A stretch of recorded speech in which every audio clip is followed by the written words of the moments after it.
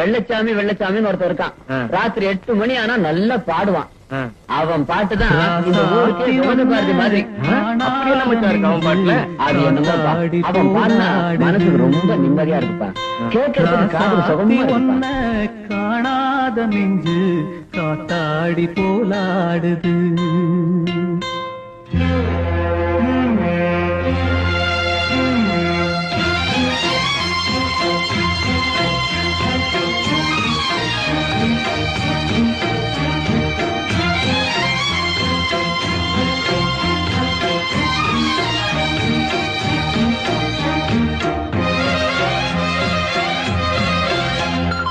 ராசாத்தி ஒன்ன காணாத நெஞ்சு காத்தாடி போலாடுது.